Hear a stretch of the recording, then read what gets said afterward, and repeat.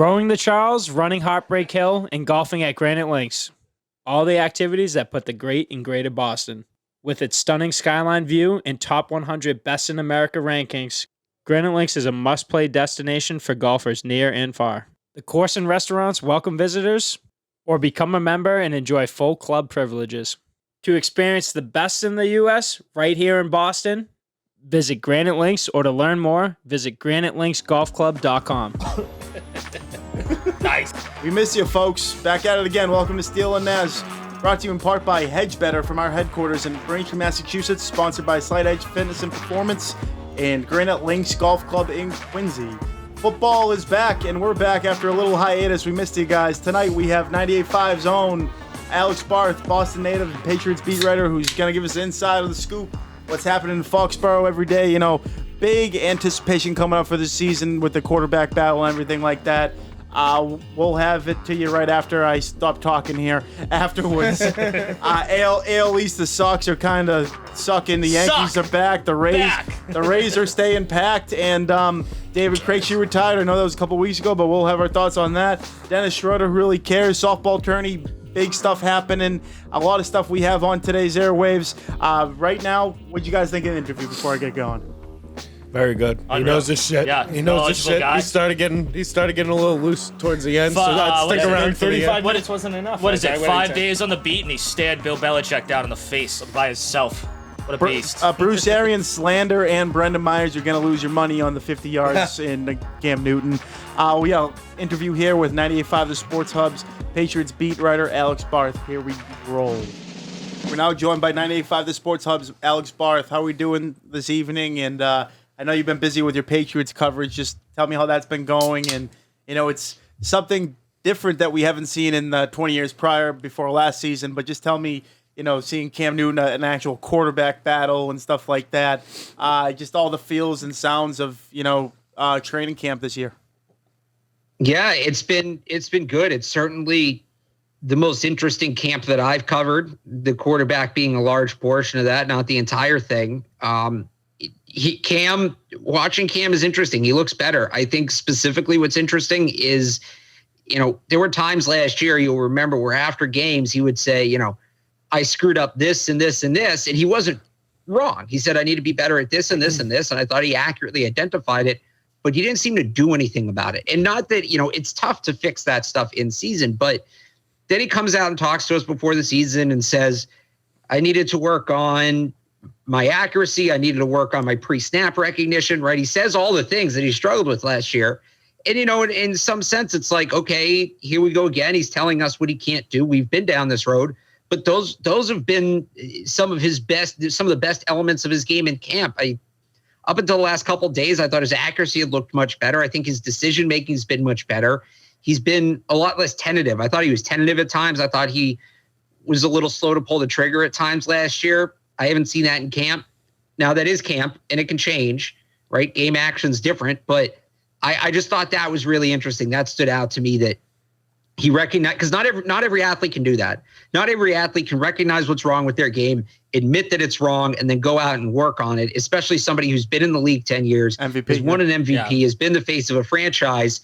It seems like he was able to do that, and that speaks a lot to him as a character, and I think that's awesome. And it was just very cool to kind of see what he said could come into play in practice. Just taking his ownership and really riding through of, you know, what went wrong last year. Another thing, too, I kind of want to see, I know, like, the media yourself has to do their job, but the fact that, I don't know, I'm seeing on Twitter all the time about, like, just one play and, like, one practice and everything like that. It's kind of, it's screwed up how it's just every play scrutinized and looked at. I don't know if Cam Newton has a better day than Mac Jones, then it's the end of the world. And if Mac Jones has a better day than Cam Newton on one day, then it's like, oh, why aren't we playing the rookie?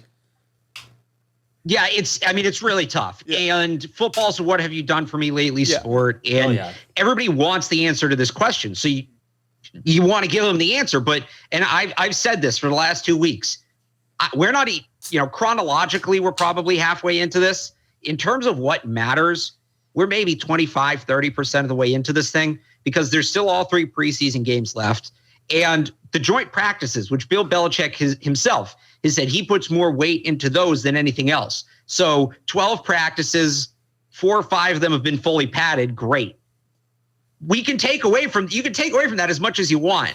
But if you're trying to analyze and predict the team, they're not putting a ton of stock into what we've seen before. The things they're going to heavily weigh are coming up. And, it does get very tough. You bring up a good point because I try to do my best, and there's only so much you can do. You can say, Mac Jones throws an interception to Devin McCourty, and this is an example of something that happened. And that makes it look like Mac Jones made a bad play. There's so much context to these plays, and there's the impactful plays, the touchdowns, the picks, the pass breakups, right? Some of the plays, you could go an hour and talk about all the little intricacies of that specific play, and it might change it. That play I'm talking about, for instance, Mac Jones throws an interception picked off by Devin McCourty. What actually happened on that play, Mac Jones drops back, a blitzer gets free off the weak side. I don't know how Mac Jones could have seen him, just based on how he was positioned. But Jones' little half step buys himself the time. Jonnu Smith's running up the seam. I can't remember who the defender was. I think it was Phillips. Has the defender on his hip. Mac readjusts, reestablishes the eye line, throws a ball back shoulder to Jonnu Smith. Smith times it perfectly, gets his body around. Great throw. The ball was put where only Smith could get it. He just didn't complete the catch. He popped it up in the air. McCourty picked it off. I actually think, all things considered, that was one of Mac Jones' best play of camp, because the way he moved, that's a movement you don't see from a rookie. That's a movement you see from a guy 3, 4, 5 years in the league. And then credit to both him and Smith, having only been working together for a limited amount of time. That's a pure chemistry throw. That's a timing play. You both have to be on the exact same page. Yeah, he ultimately doesn't make the catch, but that's the kind of thing that you'd like to see. And Josh McDaniels told us after practice one day, they don't, somebody asked him about the training camp stats. How much do they look at that? He said when they go back and look at film, they look at intent more than they look at actual results. So I look at a play like that, and if I'm in that coaching room and I'm working with Mac Jones and that play comes up on film, I say, hey, you did everything right here. Sometimes it doesn't fall your way. So again, on Twitter, in the notebook, Mac Jones threw a pick.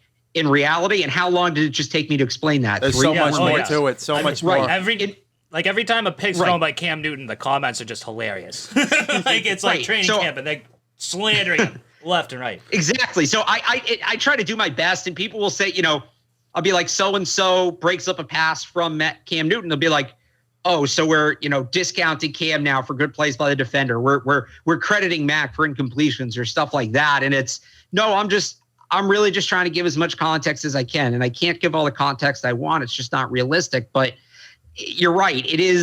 There is a certain level to it that you just have to be there to see it and recognize it. And unfortunately, everybody on the beat does a great job.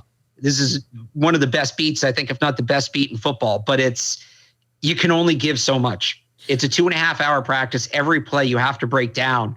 You can only give so much detail, and things are just going to get left out. That's just the reality of it. Like you said, yeah, football is just so fascinating because there's so many elements to it. Like you said, to that Mac Jones play, that certain circumstance that you're talking about. But, a certain offensive lineman doesn't do his job, or, the receiver runs like a, 7-yard slant instead of a 5-yard slant. There's so many elements that just go into one single play of a football game that, could matter so much. Yeah, defensive guy makes a hell of a read, like anything, Yeah. Question kind of regarding Mac Jones. Obviously, you thought he made a great play on the interception. How has he looked? It seems like he's actually taken on kind of the Bill Belichick playbook and actually adjusted to it much better than anybody kind of they've seen before. I've noticed in kind of certain airwaves, maybe some of your co-hosts or co-workers, they want to see Mac Jones starting week 1.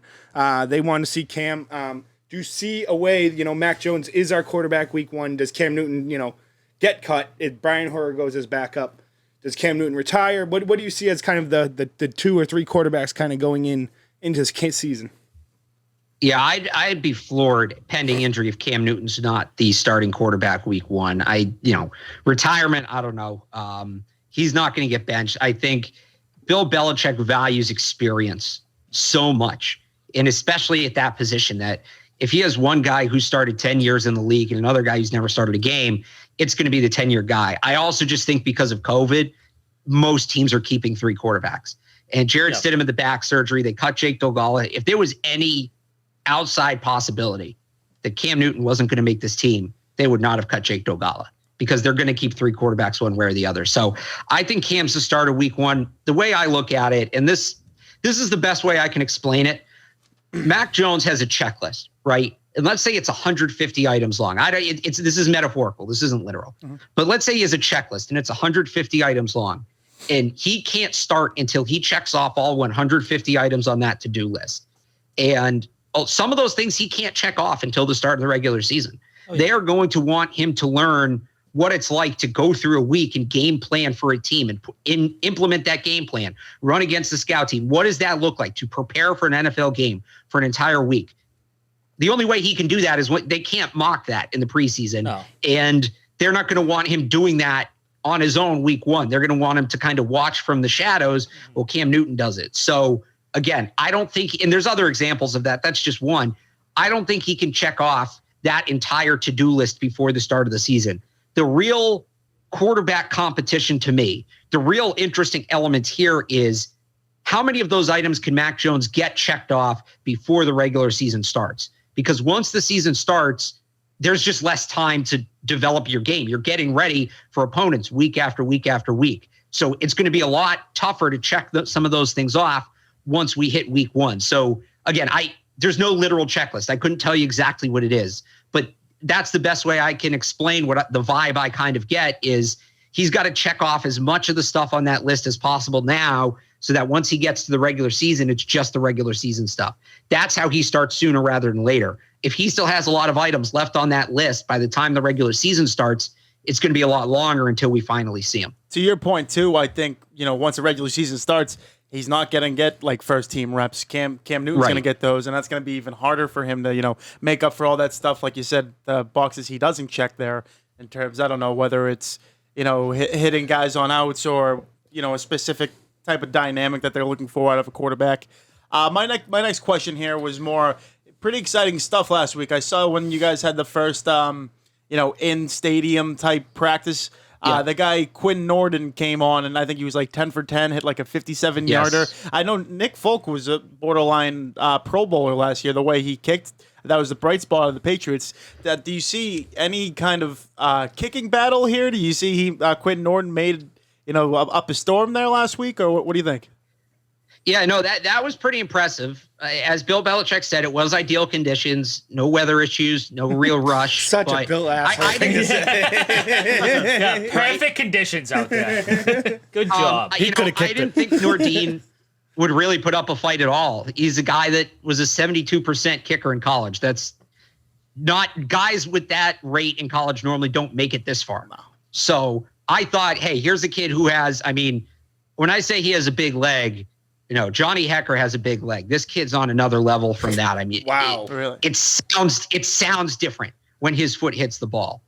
Now, with that, there's a lot of guys who can kick that hard. There's a reason none of them are in the league because none of them can control it. Yeah, it's got to go straight. I figured they bring this kid in and there's an outside shot that maybe they figure out how to control him, and he went 10 for 10. Again, ideal conditions, but he went 10 for 10. Mm-hmm. He went 6 of 8 the day before that.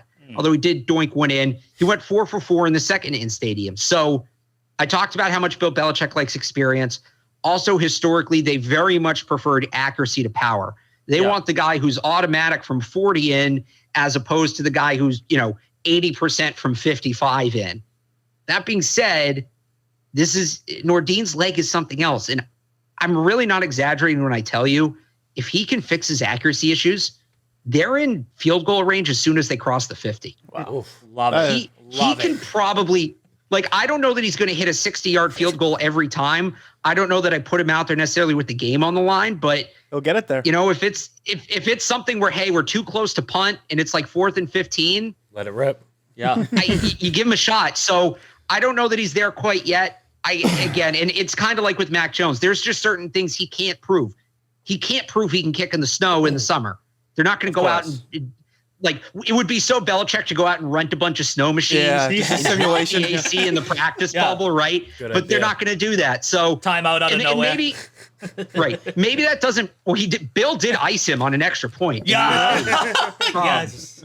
Doesn't Bill kind of dip balls in water and shit to kind of mimic? Yeah, right. But there's certain things also like the clutch element. I think in Bill's ideal case, it's a tie game tomorrow night with 5 seconds to go, and he can give Nordin a shot at a game-winning field goal. So, it's not as I don't know that his to-do list hinges as much on his status as Mac, right?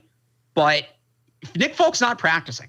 And I thought Nick Folk was excellent last year. I thought he was one of the best kickers in football, but he's 36. Kicking's a fickle business. If Nordin comes out in the preseason and looks good, you're not going to get him to the practice squad. Somebody's going to sign him. So now it's like, all right, Folk's good, but if you have a shot, if they think there's a good shot that this guy can be the kicker here for the next 10 years. Oh, yeah. It maybe it's worth the risk. If not, you have to go week 4 or 5 and sign a free agent kicker, and that's going to suck. But they're in kind of year 1 of a 4-year plan right now. It's the kind of risk you take at this point. So I'm not totally sold. I had Nick Folk on my last roster projection. I think if the decision was made today, Nick Folk makes the team. But the door is more open now than I thought it was when they signed him. I thought there was no chance when they signed him. Now it's like, all right, if he comes out and between the 3 preseason games, 7 for 7, 8 of 8, doesn't miss any PATs, okay, you have my attention. Now maybe we're talking about him really making a push for Folk's job. Now, have you said that? Did you say Folk has been practicing, or he hasn't been practicing? He has not. He has. Okay. I think it's the last 3 or 4. We'll see if he plays tomorrow. He's been out there. I was wondering how they're gonna distribute like the kicks. Like, do they go like back and forth, or is it like you take the first half, second half type thing? So in the past, when they've had kickers and punters in the preseason, like extra kickers and punters, and they had an established guy at that spot, that extra player didn't play. Okay. But here's the flip side of that. If they think Nordin's the guy, if they think there's a real chance he's the guy and Folk's healthy, they may not put Nordin out there because they don't want other teams to see him. They may try to bury him and try to get him on the practice squad. So it's a very hard situation to read. But I think it would be Folk not practicing for 4 or 5 days and then playing in the preseason game. I'd be surprised. I don't know for sure. This is just me making a random guess. And if Folk doesn't play, then it's Nordin. Then he's the kicker. They don't have anybody else. So I think there's a good chance we see him at least on Thursday, and then who knows from there. Nice. Just to back up 1 second on the quarterback battle on game 1, how do you see, the playing time kind of shaking out, and is Cam gonna even play? Is how much Mac are we gonna see? Or are we even gonna see him? Yeah, so this is the big question, because we're kind of in uncharted territory here for 2 reasons. Bill's never really had to manage a rookie quarterback like this, and it's 3 preseason games instead of 4. Mm-hmm. I think it's much easier to answer that question if there's 4. My guess, and this is just, I'm not basing this, I don't know what I'm basing this on. This is just a gut feeling, right? Is because ideally, I think he wouldn't play Cam, but because there's so many starters on offense, I think he'll want them to get some game reps. So just for the first game, I think you see Cam in the starters for a series or 2. Mac Jones takes over rest of the first quarter, whole second quarter. I think they'll play him the first or second series of the third, because they'll want him to work on going into the locker room at halftime, making adjustments, coming out, executing those adjustments. He'll play a series or 2 in the third off that, and then Brian Hoyer for the rest of the game. The real question to me is, how do the starters follow Cam Newton out of the game? Is it the entire starting offense plays a series or 2, and then Mac's out there throwing to Christian Wilkerson, Devin Ross, Trey Nixon? That's true. Or is he going to be out there with Jacoby Myers, Kendrick Bourne, and Jonnu Smith in the starting offensive line? That, to me, is the real question. They'll split the quarterbacks up how they split them. Mac's going to play. They want him to get game reps. I think the bigger question, as opposed to how much does he play, is who does he play with? Because if they're just putting him out there with the backups, that tells me, all right, they would need him to get game reps. This is what it is. He's the second string quarterback. If he's out there putting in significant time with the starters, that tells me they're trying to get him ready now. They want him ready as soon as possible. And again, I don't think he starts week 1. I think the window for him taking over opens in week 5 is the soonest we see him. But that tells me that, okay, week 5 is a lot more likely than, week 10, 11, 12, Thanksgiving, somewhere around that time.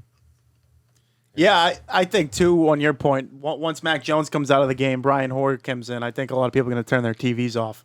On the next thing, I would say the double tight end set finally back in New England. I know Hunter Henry's hurt, but, just your take on them coming in here. Jonnu Smith, I heard, has looked very physical in camp. Just your thoughts on the tight ends. Yeah, I mean, I'm excited. How can you not be? And it's not even the individual players. It's what they do for each other. I remember I said the morning when they signed Hunter Henry, the best part about the Hunter Henry signing is it makes the Jonnu Smith signing even better. And it's obviously the reverse order. Signing Jonnu Smith makes Hunter Henry even better because defenses are just going to be in a pretzel. And I'll tell you who the real beneficiary is, who I'm really excited for, is James White. Because it used to be you get down the red zone, James White would be matched up on some slow-footed, run-stopping middle linebacker. He'd get him out in the flat, one move inside him, and he's in the end zone. And we haven't really seen that the last 2 years. And that's not James White's fault. It's the safeties were preoccupied with tight ends. Teams couldn't have a safety or a speedy linebacker cover James White because those guys were covering the tight ends. Last 2 years, it hasn't been a problem. And now James White's drawing coverage linebackers and safeties. That's not going to happen anymore. Those guys are going to be focused on those two tight ends. You're going to go back to James White being covered by the middle linebacker, and he's going to start shaking those guys again. So the best part about those signings, as good as those players are, and those are two very, very good football players, the entire offense is made better by having those two guys because it was too easy to game plan for the Patriots the last 2 years. You take away either Edelman or Jacoby Myers, depending on the year, you can pretty much cover everybody else one-on-one, and then you pack the box and you stop them from running the football. That was the book. It worked. They just didn't have the personnel to work around it. There's so many different ways they can attack you now. You can't just say, okay, we're going to double the one-on-one across the board, and we'll make them beat us with skill. You can't do that because they have the skill to beat you now. Yeah, they could be more of a decoy than anything if they really wanted to. You know, like you said, to your point of, you seeing James dumping out to James White. We've seen that time and time again with, Tom Brady and having Rob Gronkowski out there. Now it's going to be a different set here with making Cam Newton or Mac Jones, whoever's playing quarterback's life easier with James White being the, security blanket there. Yeah, no, absolutely. Again, to use a Belichickism, it's complementary football. Well, that's what they do. That's what they preach. Everybody, and that's the true elite offenses. I mean, the Chiefs do this, those mid-2010s Broncos teams, the 07 Patriots. I mean, you go find any offense in the passing era, and it's not just that they had good players. It's that, here's another Belichickism. It's not about collecting talent. It's about building a team. It's not just that they had good players. It's that the skill set each individual brought to the table played off the skill sets of the other players in the formation, and it amplified everybody. And the Patriots, I don't know that they have the talent of some of those teams I just named. Like, they don't have the raw talent the Chiefs do. They don't have the raw talent they did in 2007. But it's that same concept where they can, in theory, go out there with the same five guys and between different formations and whatever. Some teams, a certain package means a certain look, right? There's a speed package, there's a power package, whatever. The Patriots can go out there and you don't know what their intent is because they have all this varying talent on the field. Yeah. So how do you think that's going to open up for Jacoby Myers? Because I saw Cam Newton the past couple practices was 14 of 15 when targeting him. Mac Jones was 8 of 8. So it looks like they have things. That was 11 on 11. So things are kind of opening up for him. What do you think are realistic expectations for him this year? I think he's good. He's, again, somebody who's going to be able to benefit from that because it's going to be tricky to play the Patriots in man this year. And Jacoby Myers is so good against zone because he's talked about this. He's a former quarterback. He still sees the game through those eyes. He sees the game like a quarterback, so he can kind of read the defense and what Jacoby Myers is going to do. And he's going to do this for 10 to 15 years in this league because he's really good at it. He's going to go 7 to 12 yards out. He's going to find the hole in the zone. He's going to sit down there. He's going to catch the football. And I know that sounds easy. It's a lot harder than it sounds. But that's what he's going to do. That's how he's going to eat. That's what he did last year. I mean, that Jets game where he broke out, that's all he was doing. Cooking. He was just running option routes, intermediate option routes, reading the zone, finding the hole, and getting himself into that hole in time for Cam Newton to get him the ball. That's all he was doing. And that there's going to be more chances to do that this year because, again, it's going to be harder to play man coverage. With Nelson Aguilar, there's going to be more focus on the deeper portion of the field as well. So it will give Myers more opportunity in that underneath and intermediate area. So he's somebody, I think it was really easy after the way the offense performed last year to kind of look at that unit as a whole at least the passing game as a whole, right? The running backs were good. But look at the passing game as a whole and say, well, we need to tear this down and start over. And to an extent, that was true. But Jacoby Myers is a guy they made a point. They didn't just keep him. It feels like they made a point to kind of build around what they had in him.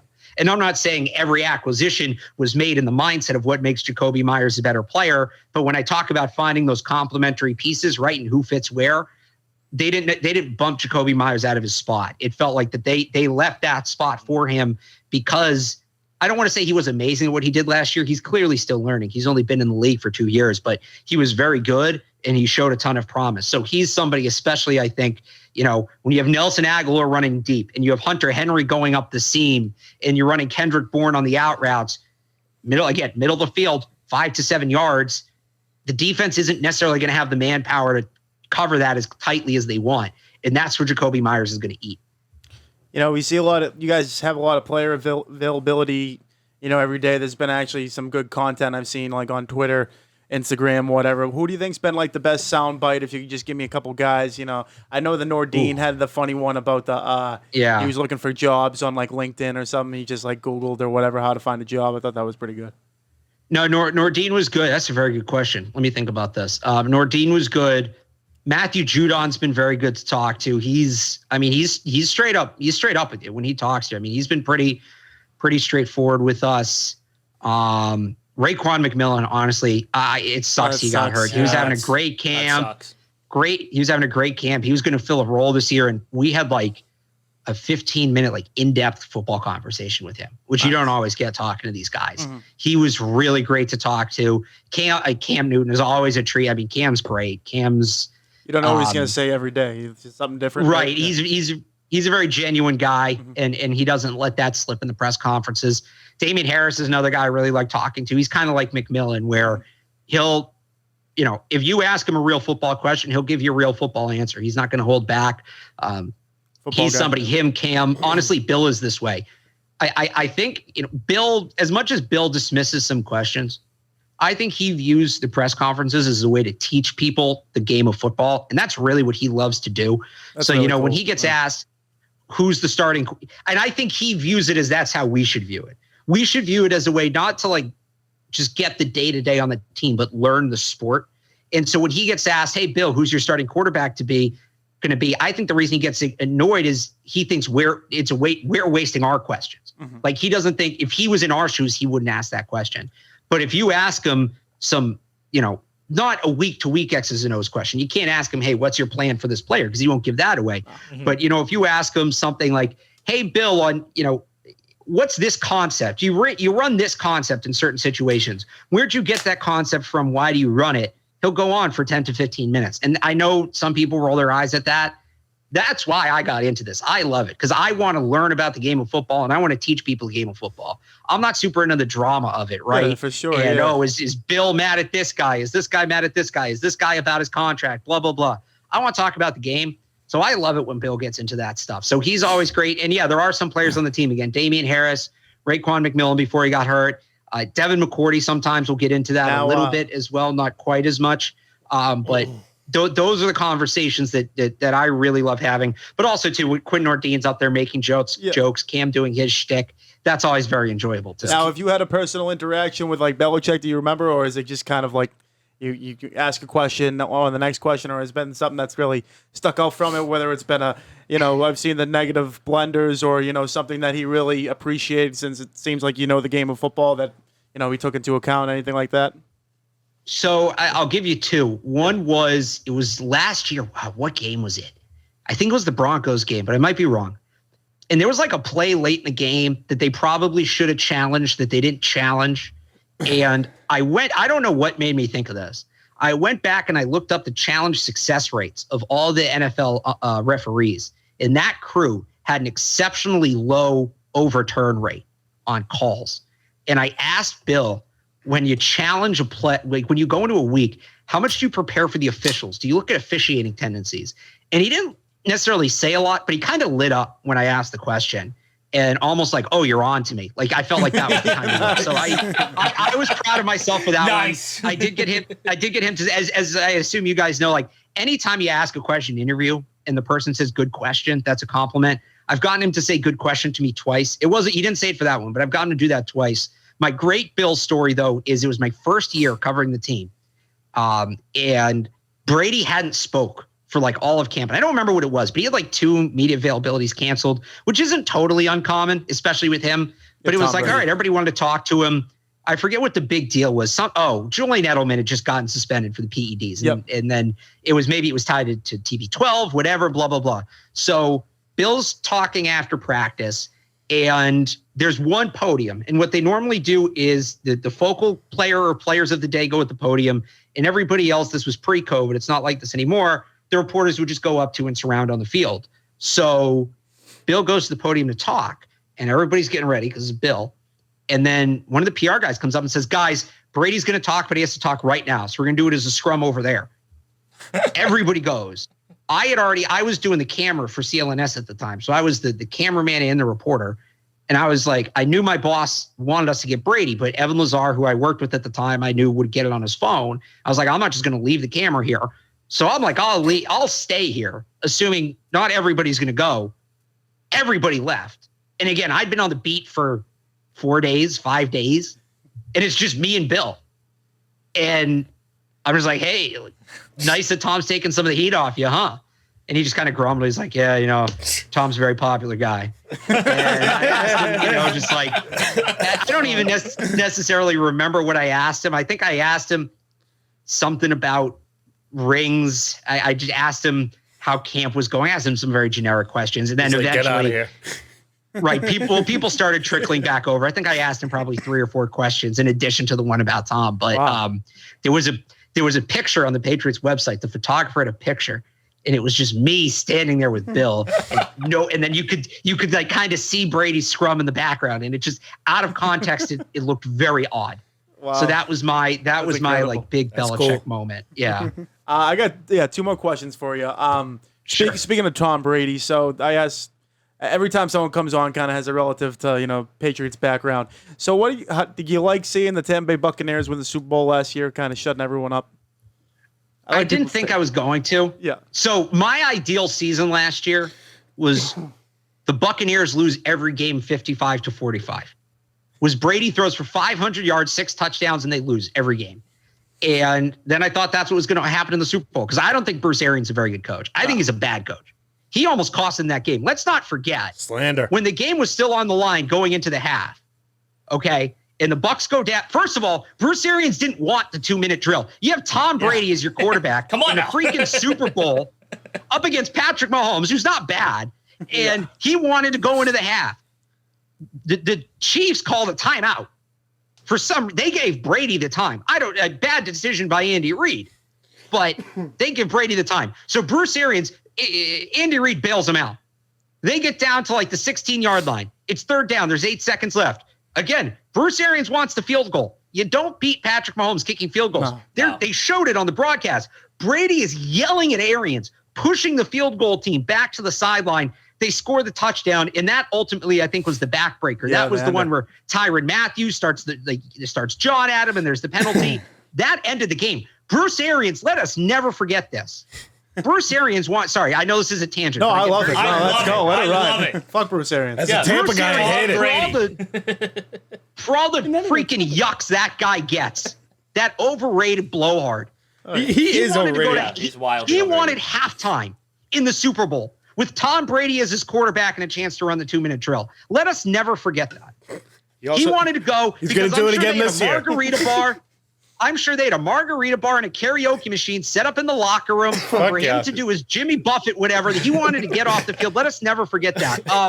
No, But, he's how too did big. I feel about it? I thought I was going That to was dread good. it because I look at, in the past, and honestly, this weekend was a great example, right? Peyton Manning gets introduced, Colts legend, but everything he did was split Colts Broncos. And that had to kill Colts fans. I didn't want to share Tom Brady's legacy. And I thought, okay, if he goes to Tampa and it's like Michael Jordan with the Wizards, whatever. Yeah, Joe he doesn't win Montana, anything. It's a whatever. footnote, right? There was no mention of the Wizards in The Last Dance. Now you can't tell Tom Brady's story without the Buccaneers. And that sucks, sure. but ultimately I was happy for him. There was actually something in the pregame. I really didn't think I was going to root for the Bucs until in the pregame, they mentioned that they interviewed Brady's mom, and she said sometimes he still accidentally says "Go Patriots" instead of "Go Patriots." I don't know why that was it, but that gave me closure. So week 4 is going to be weird. I'm actually dreading it, but there was a little bit of closure there. For sure. I know you got to run, but I just want to get we get around to I don't know the week 17 or 18, how many games they play this year, 17 game schedule. We get around like January 15th. What do you think the overall record for the New England Patriots is going to be? I know there's a lot of factors that go into it. Still a lot of preseason football and, cuts to be made, but what do you got for a number? Yeah, that's the toughest question because it all hinges on quarterback play, right? If they get good quarterback play, they're an 11-12 win team. If not, they're probably back at 7.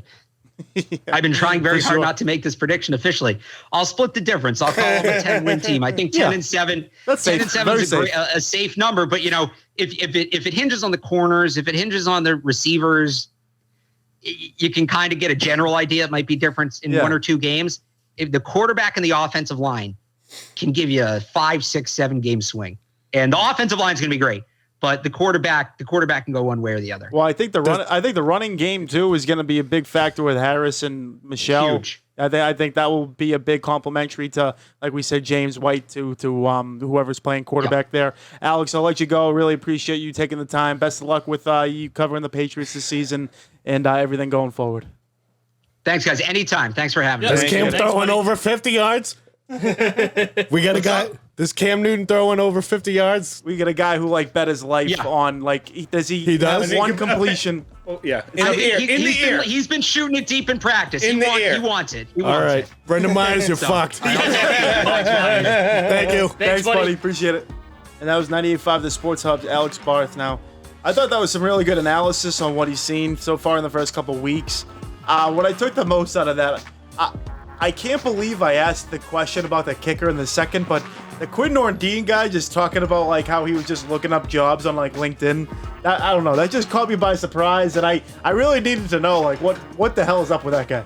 We talked about kickers extensively. I loved it. I loved it. I mean, it was he was talking that guy fucking up. In QB battles, they're usually friends and stuff. How much do you think kickers fucking hate each other? I hope they would want to beat the shit out of each other. You're not there. I got my money on Big Leg then. Yeah, you're not on the team. You're just a backup quarterback. Really gives a fuck.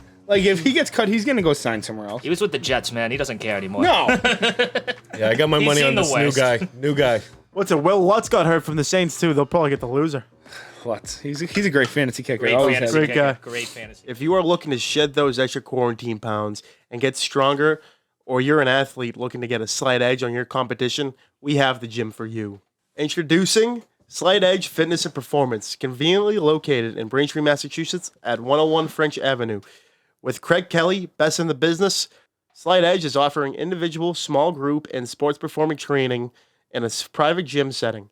The Slight Edge trainers will be sure to get your heart rate up, increase strength, and help you reach your fitness goals with a customized program. Find them on Instagram using the handle @SlightEdgeFit or visit their website at slightedgefit.com and set up a free strategy session while you're there. We're actually going to start with the AL East baseball here. We got a couple guys on the pod here who are different fans. I'll start as a Red Sox guy. This team stinks.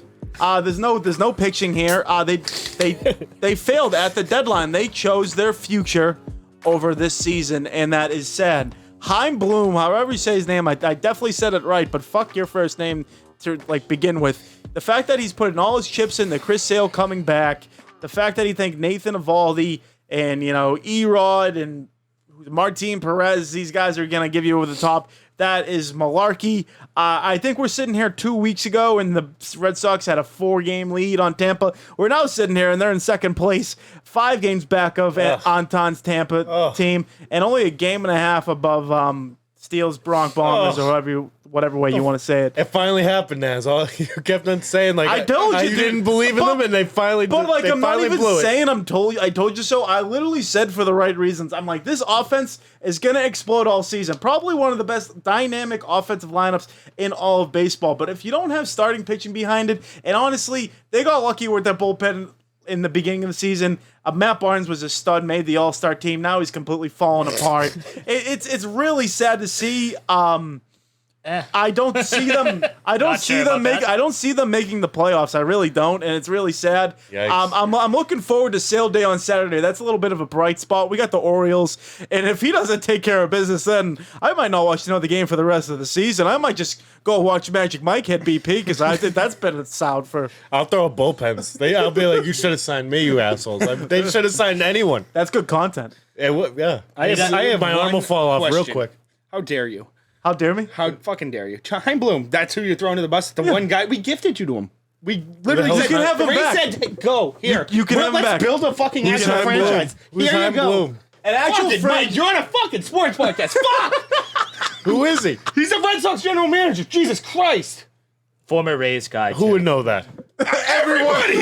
Fair amount of My people. point with Chaim Bloom, though, like, yeah, What? you get these prospects and you have them come in if you're a Rays guy. If they're a Red Sox guy, you show me the money. You do exactly what the New York Yankees just did. They just picked up Anthony Rizzo, Joey Joey Gallo. Gallo, and Who we got for another year. Yeah, He's under contract. and You then guys are still going to lose, but I mean, how We're going to get Severino, No, the Garrett Cole Yankees are- back from COVID, Kluber back. Boys are going to be buzzing. Yankees are the hottest team in baseball right now, and the Rays are right there too. The Rays are in first place. Like, what am I actually saying here? But I'm just saying, at the end of the day, the more dangerous lineup is the New York Yankees, and it's Is it though? tough Is to it see. though? It's Is it? def- It's it's definitely- fucking it's disgusting definitely- how the Yankees have, like, you disgust have me. kept This pace. podcast is a joke. Fuck you guys. All right, well, then Fucking- instead of screaming, why don't you just say something? Yeah, start a Meadows, Rays Lau, podcast, you Zunino, loser. fucking Fat Man Choi. We're hitting 20 home runs up and down the lineup. What do you want from them? they What have the an fuck X do you want factor. from His them? name's Tom Brady. He lives down there. Like, they could pull I'm it out not of their taking ass anything for away that from reason. the Rays. I think the Rays are a phenomenal team. We just had a rookie. I'm just We had saying- a rookie pitcher come into Fenway and we whooped your ass. I'm just saying the Rays have been there all season and they're gonna stay there. But what the Yankees have done, and I'm a Red Sox fan. by a guy who hits 40 home Yes, runs. in and a they fucking were tiny they were ball. one game above 500 like 3 weeks ago, Yeah. and now they're like there. Yeah, They're already now we're back. 13 games. They're above there. 500. Okay. Steele, you have to grow the beard back if the Yankees. That's the win. opposite of what I should do. I should No, if stay they win the clean World shaven. Series, you have to You could win. argue that I got clean shaven and the Yankees bounce back. No. If they win, Timeline's almost. if matched they up. win, you have to grow the beard back. Sure, whatever, dude. Cool. Thanks, Mike. That makes sense. I think Is that makes that your sense. one baseball take today? Like, I just want to hear one. No, I think the Padres. Well, The I Padres? checked. Padres aren't looking great. I checked the standings. I did check them before. Fernando coming went on here. down. Like the guy went down for a bit. I didn't know Tatis is down. Doesn't matter, honestly. It fucking doesn't Give matter. me one take. Literally, one real fucking take. Give you a take. Give me a take. The seating, the I can't even go to Fenway. It's so over fucking priced. The concessions are fucking ridiculous. It's a joke. probably I'm go not- there and take I don't selfies root like for a them. fucking- I'm rooting for the Rays for the how simple much- reason I'm a Tampa guy. I'll probably be there end of year. How much? Is that a good enough take? No, it's not. It's not. It's how much horrible. they selling Glass now, popcorn I- at Fenway Park? Got to be at least 20. 20. I don't know. Are Probably prices not. up after COVID? I haven't even been to Fenway. I don't know. I'd rather kill myself. than sit in $20 for Fenway. popcorn? Actually, you know what? It was a take and take because honestly, I hate those fucking seats. Especially a Seats night seats tonight, at like Fenway tonight, are 90 degrees. All. Oh, you couldn't pay me. I would not have gone to the game tonight if we had tickets. No, Like, if we had no. tickets, I would have been like, I'm not fucking. I've been going. waiting all year for Naz's take to come correct, where he kept on being like the Red Sox are doing good, but like he'd shit on them, and finally he gets to have his day. It's not my day though. I don't like this like being right. I wish they like continue. They're You not said gonna, this from preseason They're till not now. going to continue either. Like maybe the pitching will go like back to average. But what you have seen from these bats with the Boston Red Sox, you've seen the pinnacle, and like. Yeah, they could keep it up. But Rafael Devers has proven he's one of the best hitters in baseball. Xander Bogaerts, one of the best shortstops in the league. JD Martinez, as good as he's been, he's kind of dipping. You have guys coming up who they think, oh, he should play center field for the rest of the season. Jared Duran, he's a little bit too young. Maybe you should sit him down on the bench come and put him on. back to AAA. Why? Because you got. Why? He can run. He strikes out a lot, but he's I entertaining. loved Hunter Renfroe missing that ball for the 3 runs to score Renfroe can last night. fucking smoke the Fuck ball. that guy. I was about to comment you, thanking you for like not Hunter re-signing him. Hunter Renfroe has been a great signing for the Boston. I Red know, Sox. and he finally bummed it. Loved He it. was their best actually off-season acquisition. And I mean, you don't even have Kyle Schwarber yet, who fucking hit 16 home runs in June. By the way, So you say we're gonna make a comeback? no. All right. The Rays. It's, No, I think Rays. They don't even doubt the Blue Jays. They fucking got Barrios. Their lineup's still stacked. Oh yeah, and that's again to Chaim Bloom's point. He didn't do anything at the deadline. The Blue Jays did. They got Barrios. Very good pitch. Yeah, George Springer comes back off the DL. Decent player. Yeah, like I said, the Yankees were the Yankees, and Lou Bob's back. and the Chicago. Rays got big Nelson Cruz. I think that was a big pickup to get a guy in the lineup who can hit dingers. He's like 43 years old. The fact that teams it's still in Major League era with internet access trade with the Tampa Bay Rays is astonishing with me. Like it just I don't get it. Why do it? You're gonna lose. You're gonna fucking lose. I feel like every single one of their trades comes through like one of those like singular flip phones. Like that's how it would the trade would be done. No pictures, just quick, just real quick, like answer. You're like, who the fuck is this guy? And it's like, oh, Randy. No stats, no anything. It's like, oh yeah, sure, that makes sense. We traded Rich Hill and Diego Castillo, and we're a competing team. Like, Yeah. makes no fucking sense. But No, like Rich Hill is been. I mean, I know he's older now, but he's a good back end. Throw him in the bullpen. they would never pitch him. Milt through Mass the native. lineup, Got to get him on the like, pod. Oh yeah, Have to. uh, Where did he get traded to again? I did. RB. Mets. Mets. Mets, yeah.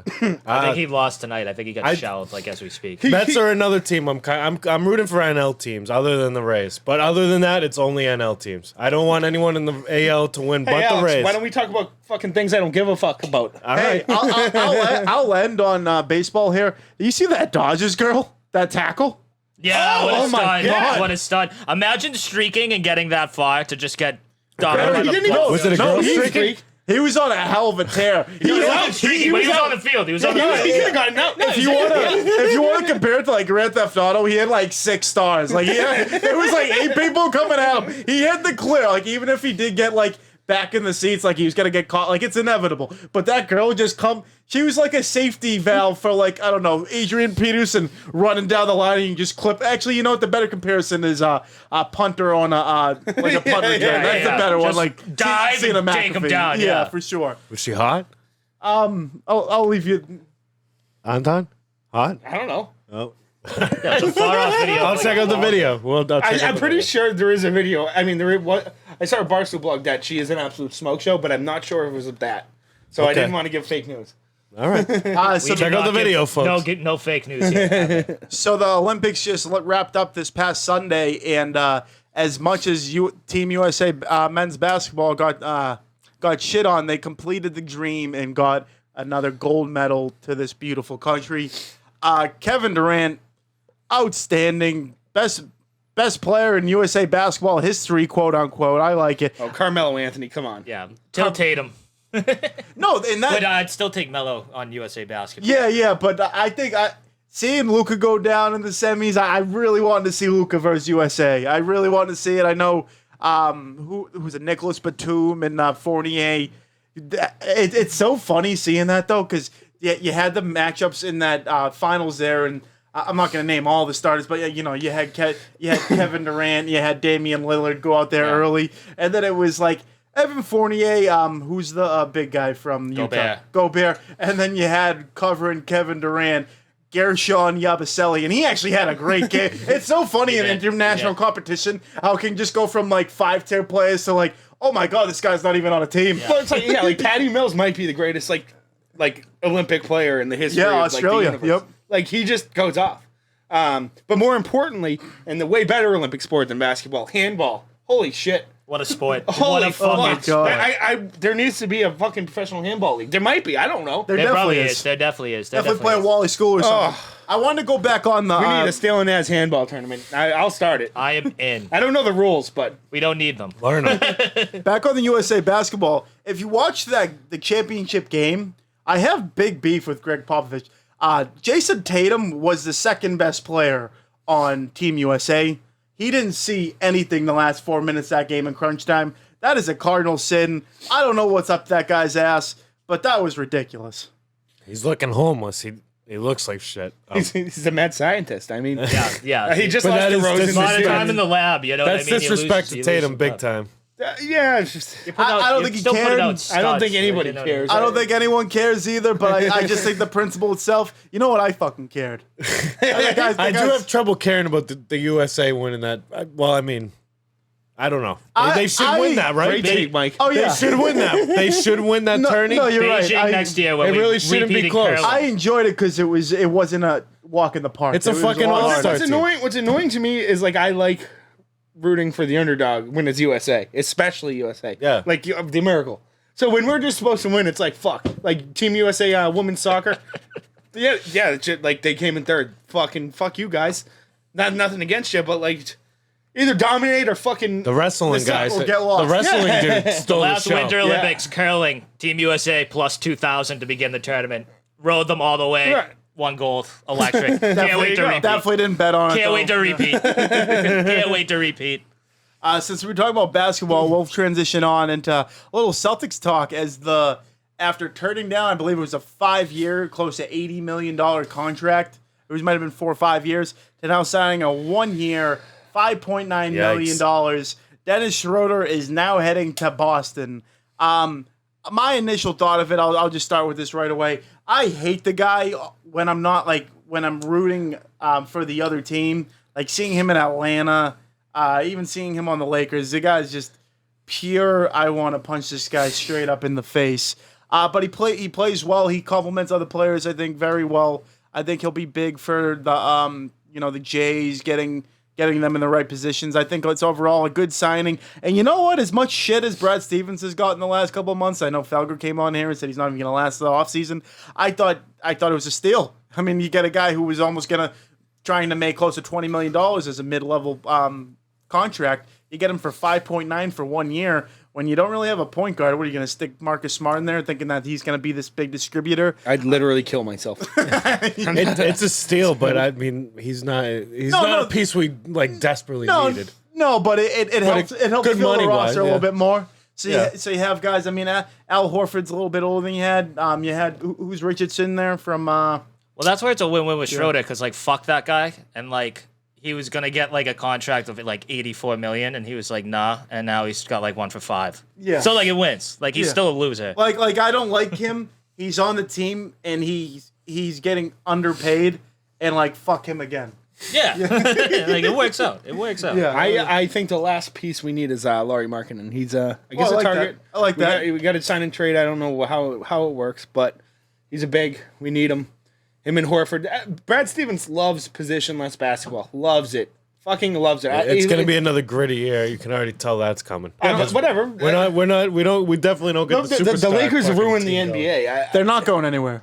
No, They got ruined a while ago. Doesn't man. matter. No, but Dude, the Warriors. We might as well the grit up. The I think we should 73 just and grit 9 up. team got Kevin Durant, dude. The NBA's been ruined forever. Yeah, it's ruined. But if we grit up, maybe. want it Who to. knows? If I say bring Isaiah back here. I mean, I don't know how much he helps, but Adam maybe. is so on board with that. I'm all in on that. That's probably why you don't want People are Schroeder. very split on I it. will take Dennis Schroeder over Isaiah Thomas right now. 35 times out of 10. Did I say that? I don't really What do you want want him to Isaiah play. for? I don't want him to play that much. I want him off the bench hitting shots. Yeah. Where? He's a hoop. Over Carson Edwards? Or Yeah, definitely. No. Definitely. Have you seen Carson Edwards' game on the Celtics last 2 years? It's irrelevant. He's not even. You like, think Isaiah will be? With Yes, a bad hip, fucking 30-something years old? He'll give you 11, 12 off the bench a night. No problem. he will Yes, not. he will all day. I'm telling you right now that no He's problem. 5'6" and has a bad hip. All right, I'm telling you that Carson. Adam, he's your fucking height. They're about to hop through the Good. table. That Carson Edwards, well, like what you Cut did through there, at night. he's not even like the 5th best player on the Fifth summer of the league night. team. He's playing his 3rd year in the NBA. He's still in the summer league. Anybody. Waters, fucking. Anybody. That's like making. Isaiah Thomas is 30-something, fucking shorter than you. And Our poor What listeners. is he shorter than me though? I didn't hear you the first time. yeah, he's Jimmy, he's taller than you. Fuck you. but no, he's a waste. He's a waste of no. He belongs nowhere on an NBA court. That Keep him Carson off. Edwards thing was like it's when you're in squirts or something and you make the B team the first year and then the next year comes around and you make the C team because you just suck even more. Right, Tough Uncle scene. Jimmy? Tough scene. That hurts. That never happened to me or anything. Not really. We will move on to, instead of all this criticism, we will get to the praise. And I know Magic and Antan aren't big hockey guys, except he's, you're a balcony guy. You're a balcony. Big balcony guy. Big balcony guy. Don't know much about the guy you're about to go on. Krejci is stud. Longtime Bruins guy, David Krejci, called it quits in the United States in the NHL and is going back to Czech Republic. Czech Republic, yes. Yes, so the debate, which isn't really much of one, does 46 go in the rafters? And not that it only goes in the rafters, but this guy is one of the top centermen for the Bruins of all time. I think a top 10. Time and time again, and it kind of sucks if you look at the team now. He was going to be another great complimentary to the re-signing of Taylor Hall that you see now. I know I'm getting a little this year team off track, but putting Pasternak on that line with Taylor Hall wouldn't be bad. Kind of dividing them out. I just want to hear your take on out. I seemed like you had a lot of takes on David Krejci here in terms of positivity. Still, oh, it's unbelievable. I mean, he's one of the greatest Bruins of all time, and from 2014 to last year, he played with absolute shit on his wings. The guy's 7th in points in the Bruins all time, 7th in assists, 2nd in points in the playoffs all time for the Bruins. I mean, he's literally one of the best Bruins that's ever lived. Yeah, it's just really sad. Just behind Patrice Bergeron. Yeah, I was gonna say that too. But it's really sad to see that a guy like this who plays so many years and so many good years, deep in playoff runs, and they only win one cup. That's why you kind of look at this and you're like, wow. I think Bergeron's only got, a handful of years added. Same with Marchand. If they're not able to get another one, thanks for the memories, and they've been great guys. And, I mean, in terms of Marchand and Bergeron and maybe Krejci, you talk about some Hall of Fame guys, but if you look back on it, you only have that 2011 Cup to show for it. And I think it's sad to see, but I'm really hoping they get this done. They need to. If they get one more, they could lose every game for the rest of the remaining of their careers, man. One more would be just fine. Yeah, one more, man. If they won in They're so 2019, close so often I wouldn't now. give a fuck. If they won in 2019, I wouldn't have cared about winning for the next 5 is this a 10 years. championship roster right here? No. No. Currently, no. It's not. Because Tuca's in net. But He's literally not in He's that. literally not in net. did we get rid of him? He's a free agent. As of right this second, he's Yeah, not. and he's hurt. He's better out not in be. January. They got a guy Ullman and We they got want Swayman. Swayman. But I mean, Bergeron and Krejci, since 2010, the people that have more points in the playoffs than them are Sidney Crosby, Patrick Kane, Nikita Kucherov, and Evgeny Malkin. That is the level those guys were at. Hall of And that's Famer. I mean, that's kind of ridiculous. That's Kane unbelievable. is still on that list, considering he hasn't played in how many years. Well, Kane was probably one Like, on he that hasn't list for been- a trillion. His team has sucked. Yeah. Yeah, that's what I mean. Well, maybe It's Mike crazy- Hardman's going to help It's turn crazy him around. Kucherov's on that list, too, because, Yeah. he's newer than all of them. Shout out to Bruce Cassidy, too, head coach of the Bruins. Going to be the assistant coach on Team Canada in the next Winter Olympics. Why are you shouting out Team Canada? I'm shouting out Bruce Cassidy, good guy on the Bruins. Fuck Edit off. that out. Fucking hockey. Looks like Uncle Johnny. So now, Yeah, a little bit. Yeah. so today, J.R. Smith, he has decided to go back to college at North Carolina A&T, and he is now fighting with the NCAA to get on their golf team. What do you guys Whoa. think of that? I have no that idea spin zone. about Yeah. J.R. Smith, the basketball player. J.R. Smith tatted up. He's literally. He's there's trying no to get way. on North Carolina A&T The golf. NCAA hates fun. There's no way. Let he's him getting- do it. Yeah, let him go. Let him That's do it. awesome. You know how much? Let the boys You know how play. much people would pay for a J.R. Smith golf clothing brand? Nothing. No one would pay anything for that. Oh no! I would. I'm wearing a See Will Do It shirt, for God's sake. Magic would have the whole fucking line. J.R. Smith, I like him. Big fan. Yeah, the one who's looting his car or looting his house, and he comes out and just beats the shit out of him, and just Yeah. I did it. I think it was J.R. Smith. Yeah. Yeah. Badass. I know it was J.R. About Smith. that life, dude. He's not fucking around. You want to make fun of me and then just fucking think, oh, I think that was J.R. Smith, dude? Oh yeah, we're back. Fuck you. Fuck you. We're back. Last thing we're gonna talk about is our softball tournament coming up Saturday, August 28th. Now we were able to scrap together 9 teams, 3 different divisions. It'll be at 2 different sites. The boys are buzzing here and getting ready for that tournament. Right now, I think we've raised over 2.5 G's for cystic fibrosis awareness in honor of my buddies, the late Dennis and Dan Sullivan. It's going to be a great time out there if you're listening to this. A lot of Quincy fun. We'll have some barbecue going. We're gonna get the drinks flowing. Music. May have some odds. I may be Softballs. throwing out some odds. Might We'll be see. getting someone. Bats. Might be getting someone Nothing to odds. sing the national anthem. Who knows? Yeah, we'll see how it goes. I can tell you how it's gonna go. The Rippers are gonna win it, but that's how it's gonna go. But He literally talks about his softball team like he's actually playing on it. And I'm a manager. Motivation, yeah. Locker room guy. Locker room guy. Folks, want to thank you for tuning in, as well as 98.5 The Sports Hub's Alex Barth for coming on, shooting the shit about Patriots. Shout out to Slide Edge Fitness and Performance in Braintree and Granite Links Golf Club for sponsoring us. Like I said, don't forget August 28th, our inaugural Steele Nazz Softball Classic. Be there, or be square. That's all from Steele Nazz. Paxson Field. Let's have it. It's Jackson Park, buddy. One love.